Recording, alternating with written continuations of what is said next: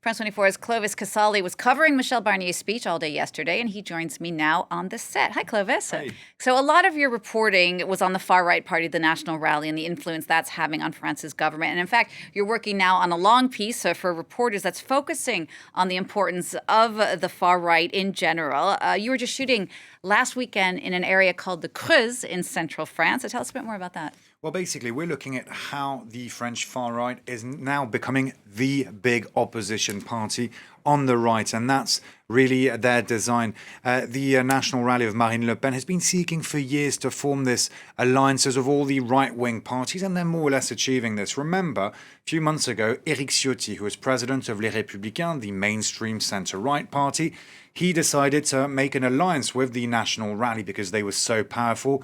He knew if he wanted to survive in his area in the south of France, he needed to make an alliance with the French far right. It's what he did. He was followed by several MPs, including one young man called Bartholomé Lenoir. He's 33 and he's just been elected MP for the Creuse, and that's why I'm talking about him.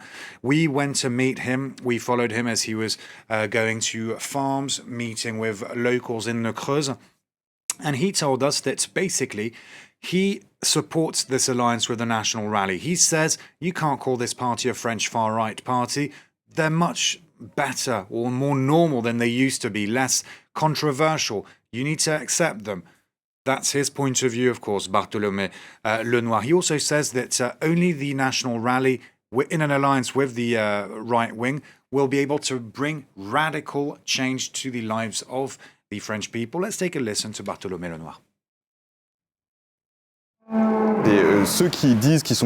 Those who say they are shocked aren't real right-wing supporters, according to me, because the National Rally nowadays is a respectable party.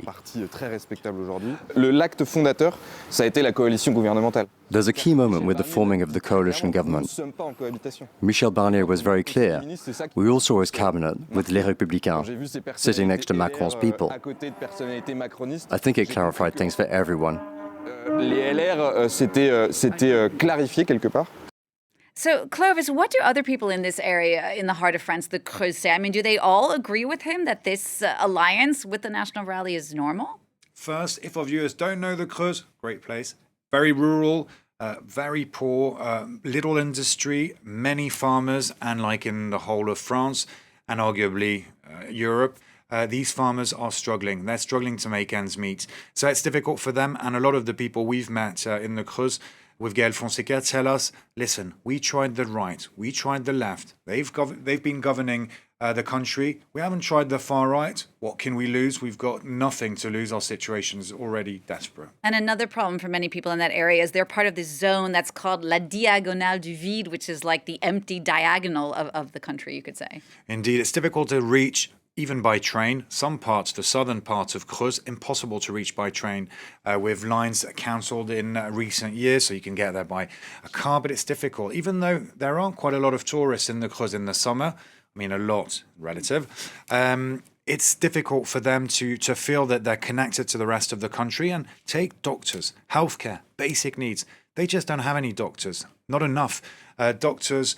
They had doctors in their villages for decades and decades, except that they retired and they're failing to recruit them. So we met with an association, an NGO called Médecins Solidaires, which are doing a great job. What they do, they recruit volunteers, doctors who come from all across France to go to this village of Agen where we went for 1 week a year. There, they provide healthcare to patients, and we met with these Creusois, the patients from the Creuse. Take a listen to what they had to say.